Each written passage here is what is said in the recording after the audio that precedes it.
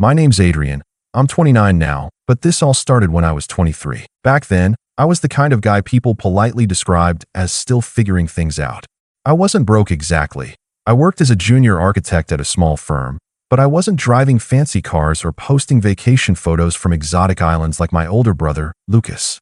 He was Mom's pride and joy. Everything he did was golden in her eyes, while everything I did was a nice start, but maybe you should aim higher. She had a way of saying it that sounded like advice, but felt like a cut. I grew up knowing she believed Lucas was destined for great things, while I was destined to watch from the sidelines. When I met Claire, my fiancée, it felt like my luck was finally turning. She was warm, funny, and grounded. She didn't care that I didn't have the flashiest life. She liked that I was passionate about my work and that I wasn't obsessed with showing off. We were engaged after a year, planning a small, elegant wedding that reflected us perfectly. Mom was polite about it, but I could tell she wasn't thrilled. She made comments like, "You're sure you can provide for her?" Or, "It's a big responsibility, Adrian. Women have needs." At first, I brushed it off. She'd always been like that. The first real crack appeared at a family dinner.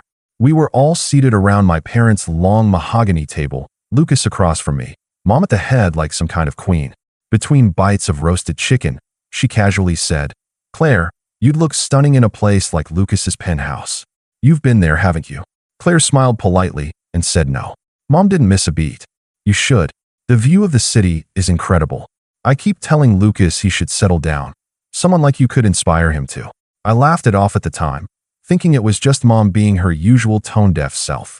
But Claire's hand under the table was tense, her fingers stiff in mine. That night, she asked me if my mom didn't like her. I told her it wasn't her. Mom just had a lifelong habit of comparing me to Lucas. What I didn't realize was that this wasn't just harmless dinner conversation.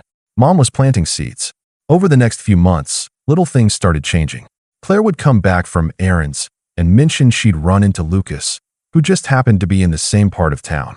Or she'd get texts from Mom inviting her to help plan a surprise for me, which I thought was sweet, until I noticed those plans never materialized.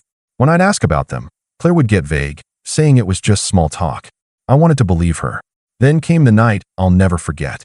I'd worked late on a project and swung by my parents' house to drop off some old family photos Mom had been asking for.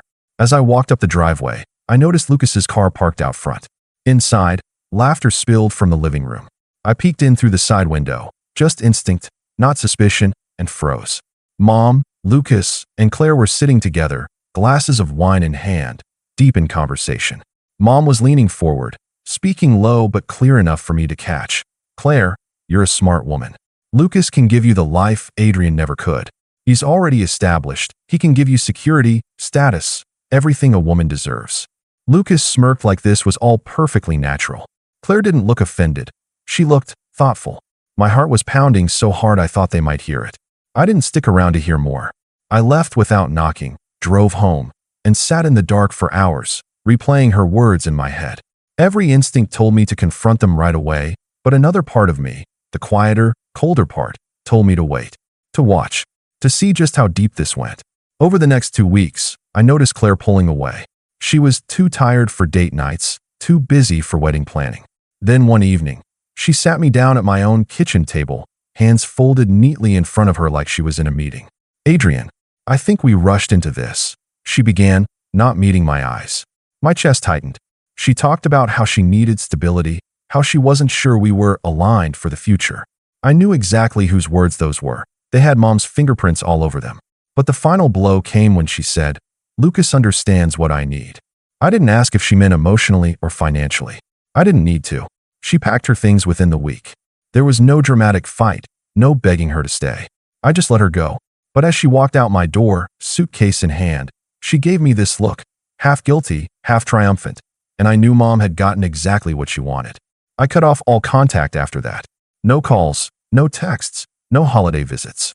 I left my job, moved to a different city, and built my life from the ground up with a kind of single-minded focus I'd never had before.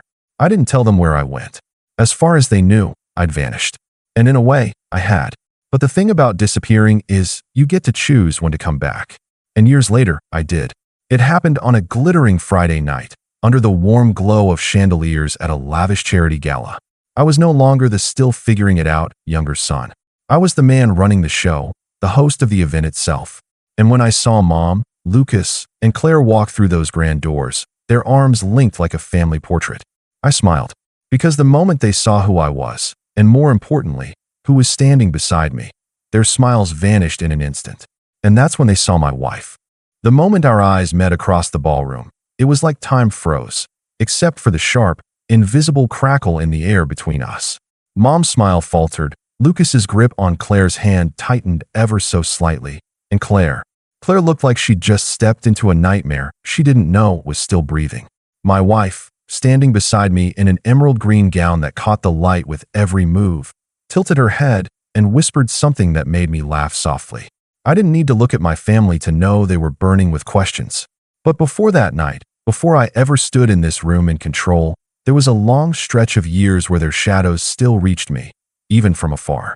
At first, I told myself I'd moved on. I worked brutal hours, investing every bit of myself into my career. I started my own design firm with a small team and a few risky contracts that could have ended me if they failed. They didn't fail. Within 3 years, we were winning bids against firms that had once turned me away without a second glance. I didn't post about it. I didn't send updates. I knew my family. If they didn't hear my name, they'd assume I'd stayed the second-place son. And that suited me just fine. But then, little reminders of them started creeping into my life again. At first it was small, an email from an old family friend just checking in, slipping in comments about how Lucas and Claire are doing so well. They bought a huge house in the suburbs. Lucas's business was booming, though knowing him, that meant his investors were doing the real work. And, of course, Mom was proud as ever. Apparently, she kept telling people Lucas had saved Claire from a life of uncertainty. It wasn't just pride. It was rewriting history. They were erasing me from my own story. The real gut punch came when I attended an industry networking event about 2 years after I left. I was there to meet potential partners, but halfway through the night, I heard a familiar laugh. Turning toward the sound, I spotted Lucas in a tailored navy suit, glass in hand, holding court with a small circle. Claire was on his arm, wearing the kind of diamond bracelet that screamed, "Look what I can afford." I considered walking the other way, until I realized they hadn't seen me yet.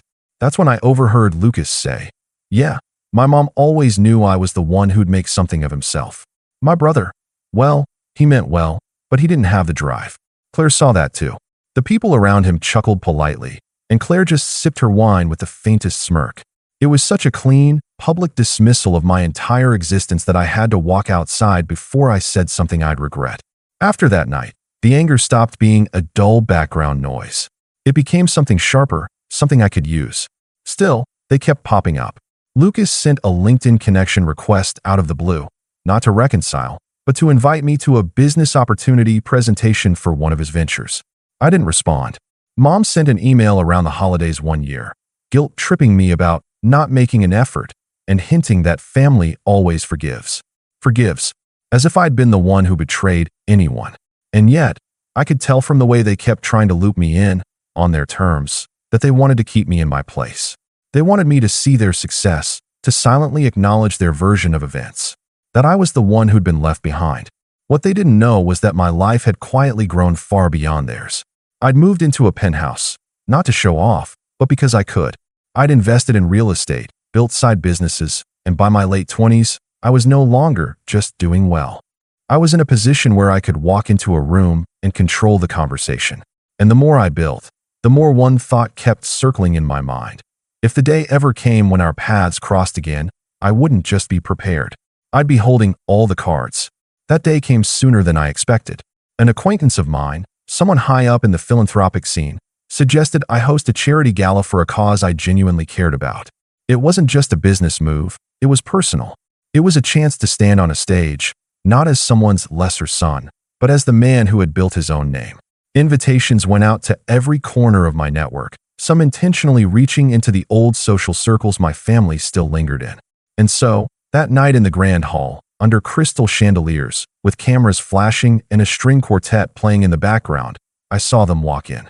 Mom, Lucas, and Claire, dressed to impress, clearly thinking they were the stars of the evening, until they realized whose name was printed on the gold-trimmed program.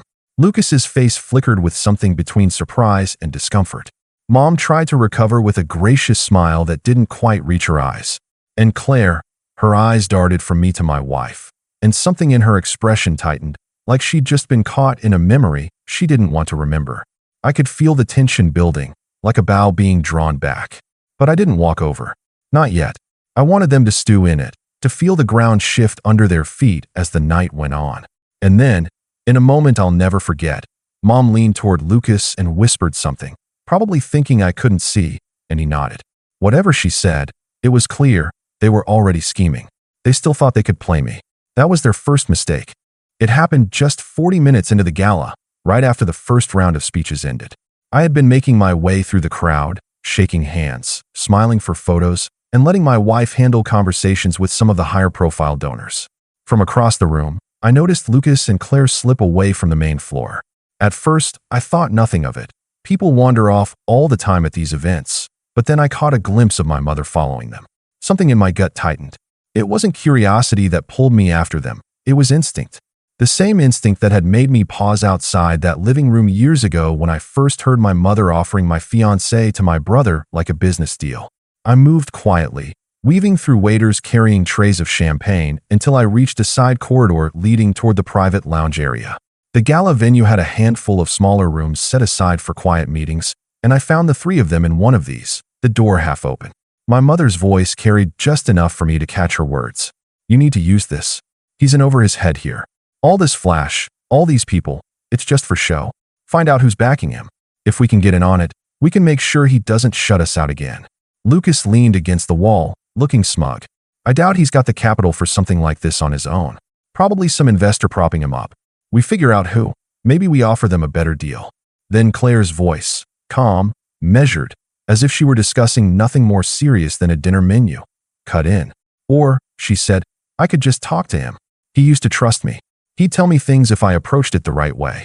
He's still a man, Lucas. You know how to use that." I didn't move. I just stood there, absorbing each word like a slow drip of poison. They weren't just here to crash my event. They were actively plotting to undermine me, to pry into my business, to take something they assumed I hadn't earned. And Claire, she wasn't just my ex. She was the woman who had once promised to marry me, now casually offering to manipulate me like a mark. It was surreal, standing there in my own event space, in a tailored suit I'd bought with my own money, listening to the same people who had gutted me years ago try to do it again. I thought about walking in right then, about tearing into them in front of each other, but something stopped me. Not fear, strategy. Because in that moment, I realized something important. They hadn't changed. All these years, they still thought I was the same younger brother, the same son they could push around. They were so convinced of their own superiority that they didn't even consider the possibility that I might be listening, that I might already know more than they did. But as I stood there, my chest tight with anger, my wife appeared at the far end of the corridor. She caught my eye and raised an eyebrow, silently asking what was going on. I gave the faintest shake of my head, a signal to hold back. She didn't press. Instead, she turned and disappeared into the crowd again, giving me the space to make my decision. And that's when I heard the final, unfiltered truth spill from my mother's mouth. He was always the weak one. He's lucky we even came tonight. This could be our way to finally fold him into something worthwhile. And if he doesn't play along, she let the sentence hang. Lucas smirked. Claire looked at him, and then back toward the ballroom, like she could already see the path opening. That was it. The last shred of lingering family loyalty I'd been holding on to snapped clean in two. Whatever hope there had been for reconciliation, for some kind of civil coexistence, was gone. They had made it perfectly clear they weren't here for me. They were here for what they thought they could take from me. I stepped back from the doorway, my decision already forming in my mind. If they wanted a game, I'd give them one. But it wouldn't be the one they thought they were playing. And for the first time in years, I felt that same cold, quiet resolve I'd felt the night Claire walked out of my apartment. Only this time, I wasn't going to disappear. This time they were. I didn't confront them that night. Not yet. That was the hardest part. Walking back into the main ballroom with my face composed, my posture steady, while inside, my stomach churned like I'd swallowed glass. My wife glanced at me when I returned to her side. She didn't ask what happened, but the slight narrowing of her eyes told me she already had a guess. The rest of the evening was a blur of polite conversation, clinking glasses, and forced smiles. Every time I looked across the room, I caught them watching me, My mother with that same assessing gaze she'd worn my whole life, Lucas with a calculating smirk, and Claire with an expression I couldn't quite read. Was it curiosity, anticipation, or just the same quiet arrogance she'd shown when she left me? When the gala ended and the last guests filtered out, I stayed behind with my team to handle a few final details. The music was off, the lights dimmed, and the silence of the now empty hall felt heavy. I could still hear my mother's voice in my head, every word replaying on a loop. Week 1, get in on it. He's lucky we came. That night, lying in bed, I stared at the ceiling while my wife slept beside me. I felt something I hadn't felt in years, a familiar ache, the same one I'd carried in those first months after they betrayed me. Back then, it had been loneliness. This time, it was something sharper. It wasn't that they'd hurt me again. It was that they'd reminded me just how much I had let their absence shape me. Over the following weeks, I went through the motions of my life, but I wasn't myself. I made small mistakes at work, not enough for anyone to notice, but enough for me to feel it. I found myself replaying every past slight, every moment when I had stood in their shadow, every time I'd swallowed my pride instead of speaking. It was like reopening an old wound that had never fully healed. I started avoiding social events where they might appear, declined invitations from mutual acquaintances. My wife noticed and asked if I was feeling burned out. I told her I was just tired from work, but that wasn't the truth. The truth was, I felt that same urge I'd felt years ago, the one to vanish, to put a wall between myself and anything connected to them. But here's the thing, I didn't. Because somewhere in that fog of frustration and exhaustion, I realized I had two options. I could let them push me back into the shadows like they'd done before, or I could turn this boiling, unspent anger into something else, something useful. So I started paying attention again, watching, listening. Whenever someone mentioned Lucas's business, I asked casual questions, just enough to learn that things weren't as rock solid as he liked to pretend. Rumors of missed deadlines, investors pulling out. Claire, I heard, was keeping up appearances, but a few people hinted she wasn't exactly happy playing the perfect wife role. I didn't make any moves yet, not outwardly, but in my mind, pieces were shifting into place. I started to imagine what it would look like to not just defend myself this time, but to hit back, publicly, unmistakably, and in a way they couldn't twist. Still, the ache lingered. I'd come so far, and yet, seeing them again had reminded me just how much I'd built my success in reaction to them. It wasn't enough to just keep building my life anymore. No, I needed to make sure they knew exactly who I'd become without them, and what crossing me would cost. And as I began quietly laying the groundwork, I realized something chilling. They were still trying to play their game. Every so often, a mutual friend would pass along a message from my mother, asking if we could meet for coffee. Lucas sent a text, just one, saying we should talk about opportunities. Claire didn't reach out directly, but I heard through the grapevine that she had been asking about my wife. They thought they were circling me, but I was already building the trap. I decided the first step wasn't confrontation, it was elevation. If they thought they could still reach me, still get close enough to play their games, I'd rise so far above their reach that they'd have to crane their necks just to see where I was standing. The months after the gala were a blur of calculated momentum. I threw myself into my firm with a precision that bordered on obsession. Every pitch we made was sharper, every proposal backed by research so airtight it was impossible to refuse. I expanded into markets I'd been cautious about before, high-end commercial spaces, luxury residential projects for clients with deep pockets and long memories. These weren't just jobs, they were statements. And the statements were heard. Within 8 months, my company was not just profitable, it was thriving. We landed a project that put my name in industry publications, the kind of coverage that sticks in people's minds. My face was on the cover of one magazine, smiling in front of a model of a high-profile development. It wasn't vanity, it was visibility. The more my name appeared, the more I noticed a shift in the way people treated me. Doors that had been closed years ago now opened with invitations. Meanwhile, I didn't just focus on architecture. I diversified. Real estate investments, partnerships in hospitality, even a small stake in a tech startup run by a friend from my early career days. Every move was deliberate. Every step made it harder for them to believe the week 1 narrative they'd been feeding people. And as my professional life soared, so did my personal one. My wife and I traveled. Paris, Santorini, Kyoto. Each trip a reminder of the life I'd built without anyone's approval but my own. She was more than a partner. She was my sounding board, my confidant.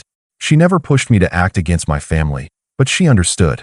Sometimes, she understood without me even having to say the words. I started hosting events, not on the scale of the gala, but intimate, curated evenings with influential guests. Politicians, business leaders, creatives, and philanthropists. People who valued discretion, but also remembered who made them feel seen. Word got around, and suddenly, I wasn't just a businessman, I was a connector. A name worth knowing. That's when I started hearing about Lucas more frequently, and not in flattering ways. His business was slipping. 2 of his largest contracts had fallen through. An investor had backed out after a disagreement over spending. There were whispers that he'd over-leveraged himself buying that mansion in the suburbs. And Claire? I heard her name in hushed conversations, paired with words like restless and isolated. I didn't reach out. I didn't gloat. I let the distance grow because I knew that every inch of it made my eventual move sharper. The turning point in my rise came when I was invited to co-chair a massive annual fundraising event, one that eclipsed the gala I'd hosted. This wasn't just about charity. It was a power nexus, a place where deals were made over glasses of champagne, and the right introductions could alter someone's trajectory overnight. The invitation wasn't just an honor. It was a declaration that I'd arrived in a league they could never have imagined for me. And I made sure the guest list included just enough people from the old circles to guarantee the news would reach my mother, Lucas, and Claire. Not as an invitation, no, not yet, but as a headline they couldn't ignore. By then, my network was so wide that any information I wanted, I could get. I didn't even have to dig for it. Mutual contacts would volunteer it, unprompted, as if feeding me updates on their decline was a favor. And each piece of news was another brick in the wall I was building between the man they thought I was and the man I had become. Still, I kept my movements quiet. I wanted them curious. I wanted them wondering how I'd gone from struggling younger son to someone they couldn't even approach without an introduction. And most importantly, I wanted them to come to me, because when they finally did, I'd be ready. And that opportunity came faster than I expected. A mutual acquaintance, someone who still drifted between my world and theirs. Let slip that Lucas was desperate to land a contract on a development I was partially funding. He didn't know I was involved yet, but he would. And I decided, right then, that it was time to stop letting them circle in the dark. It was time to draw them into the light. The tip about Lucas's desperation was the crack I'd been waiting for. The project in question was a luxury mixed-use development, prime real estate in a booming part of the city. I wasn't the face of it, which was deliberate. My stake was tucked away behind a holding company, shielded by layers of investment partners. On paper, I was just one of many contributors. In reality, I had more influence over the decision-making than anyone outside the inner circle could guess. I called my contact on the project's board, a man named Porter who had a fondness for expensive cigars and even more expensive secrets. "I hear there's interest from a Lucas Hale," I said casually over lunch, watching his reaction. Porter smirked. "Your brother?" he asked, surprised. "He's been making noise about wanting in, but, well, his proposal is shaky. And between you and me, his reputation isn't exactly helping." That was useful, more than useful. Reputation, in my circles, wasn't just about image, it was currency. And Lucas was running low. I leaned back, swirling the last sip of my drink. If he pushes again, tell him the board's considering other candidates. But I paused just long enough to make it sound like an afterthought. If I were to back someone's involvement, it might carry weight. Porter caught on immediately. He didn't press for details. In this world, knowing too much could be a liability. But the seed was planted. Lucas's access now depended on me, whether he realized it or not. Over the next few weeks, I quietly gathered more threads. Through another contact, a financial advisor I'd met at a charity dinner, I learned that Lucas had taken on high-interest bridge loans to cover his cash flow issues. That explained the urgency. He wasn't just chasing the development for prestige. He needed the payout to keep from sinking. And then came the real gem, Claire. I didn't go looking for dirt, but sometimes dirt finds you. A woman I'd worked with on a design project mentioned she'd seen Claire at an upscale cafe with a man who was definitely not Lucas. She wasn't being coy. She described them laughing, leaning in close, holding hands across the table. I didn't react outwardly, but inside, I felt the old, familiar flicker of satisfaction. Not because I cared about Claire anymore, but because I knew what this meant. The cracks in their perfect image were widening, and I now held more than enough leverage to pull them apart entirely. But I didn't rush. This wasn't about exposing them right away. It was about timing. It was about engineering a moment so precise that when the truth landed, it would leave no escape route. That's when I made the call to the event coordinator for the annual fundraising gala I was co-chairing. I gave them an updated guest list, long, curated, and filled with people I wanted in that room. Near the bottom, I added 3 names that would seem out of place to anyone who didn't know the history: my mother, Lucas, and Claire. It wasn't a peace offering. It was bait. The invitations went out 2 weeks later, embossed on thick cream cardstock, sealed with the event's crest. I knew they'd accept.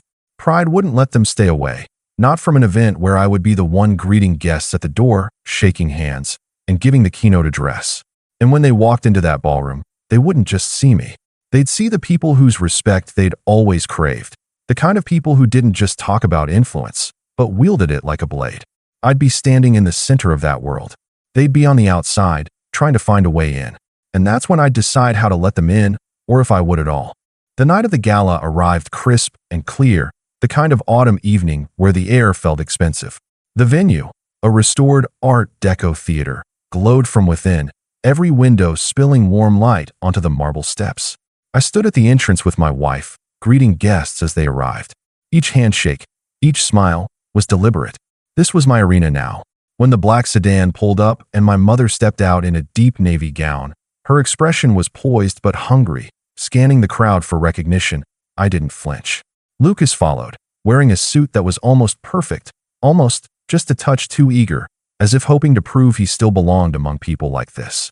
Claire emerged last, her dress shimmering in the lamplight, her arm hooked through his. She smiled, but it was thin. "Adrian," my mother said warmly, as though the last decade hadn't happened. "What a surprise to see you here." I returned the smile, cool and steady. "Not a surprise, Mom. I co-chair this year." The flicker in her eyes was almost imperceptible, but I caught it. Lucas glanced around, clearly noting who else was in attendance, names he'd tried to court for years. Claire's gaze kept darting to my wife, who stood beside me with the kind of effortless confidence that made people take notice without her saying a word. Inside, the theater had been transformed into a jewel box of gold and deep crimson. The tables were dressed in rich linens, each centerpiece a burst of fresh flowers and candlelight. The stage was set for the evening's program, with a large screen displaying images of the charity's work. I made sure their table was in full view of the stage, and, more importantly, in earshot of several key investors from the development Lucas was chasing. Throughout the cocktail hour, I drifted from group to group, engaging in easy conversation, dropping just enough hints about current projects and selective partnerships to pique curiosity. When I finally approached their table, I did it with deliberate calm. "Lucas," I said, "I hear you've been busy in real estate." He straightened, clearly pleased to be acknowledged. "Yeah, working on some big deals. Actually, I've been looking at that downtown development. Might be the right fit for me." He said it loudly enough for the nearby investors to hear. I gave a slow nod. "Ah, the one my company's funding." The silence that followed was sharp. One of the investors at the next table turned his head slightly, interest caught. Lucas blinked, trying to mask the sudden calculation in his eyes. My mother recovered first.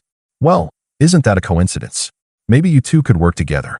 "That's the thing," I said evenly, keeping my tone friendly. "We're being very selective. Only working with partners who have the right stability and reputation. It's not personal, it's just business." Claire shifted in her seat, crossing her legs, her jaw tight. She looked like she wanted to speak, but thought better of it. I caught the glance she threw toward one of the investors, one that wasn't lost on me. The first course was served, conversation moving around them like water flowing past a stone. I didn't need to say more. The message was already there, hanging in the air for everyone nearby to absorb. I was the gatekeeper now. But the real move came later in the evening, during the auction segment. The host was calling for bids on an exclusive architectural consultation, an item I'd donated personally.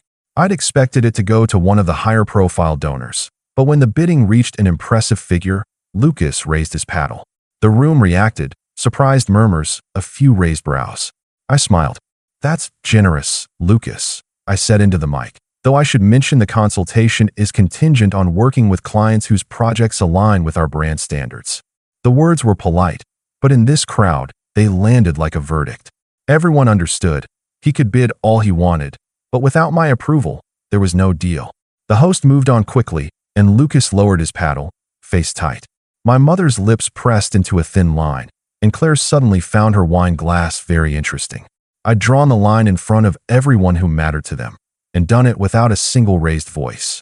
They couldn't spin it as pettiness. It was just business, and they'd been shut out. But the night wasn't over. I had one last card to play. It came during the final toast, when I invited my wife on stage to thank the donors. As she stepped up beside me, the lights catching the diamond on her hand, I could see Claire's eyes widen just a fraction, recognition dawning. Because my wife wasn't just stunning.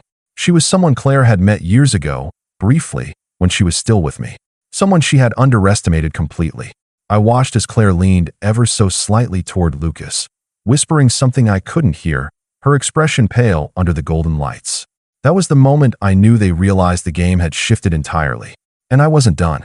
After the toast, I stepped down from the stage with my wife, and the applause rolled over us like a wave. We returned to mingling, but I could feel their eyes on me from across the room. My mother, Lucas, and Claire sitting in a tight, silent triangle at their table. The energy around them had shifted completely.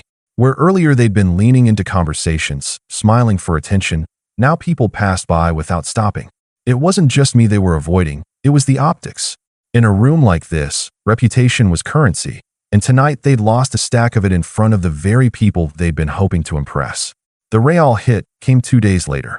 Porter called me. Just a heads up, Lucas reached out again about the development. We told him we were going in a different direction. Didn't mention you, but he'll know. I thanked him, hung up, and almost immediately my phone buzzed again. This time from a mutual contact I hadn't spoken to in years. Heard about your brother, they said. Words spreading fast. Investors are skittish. This might be the start of the end for him. It was.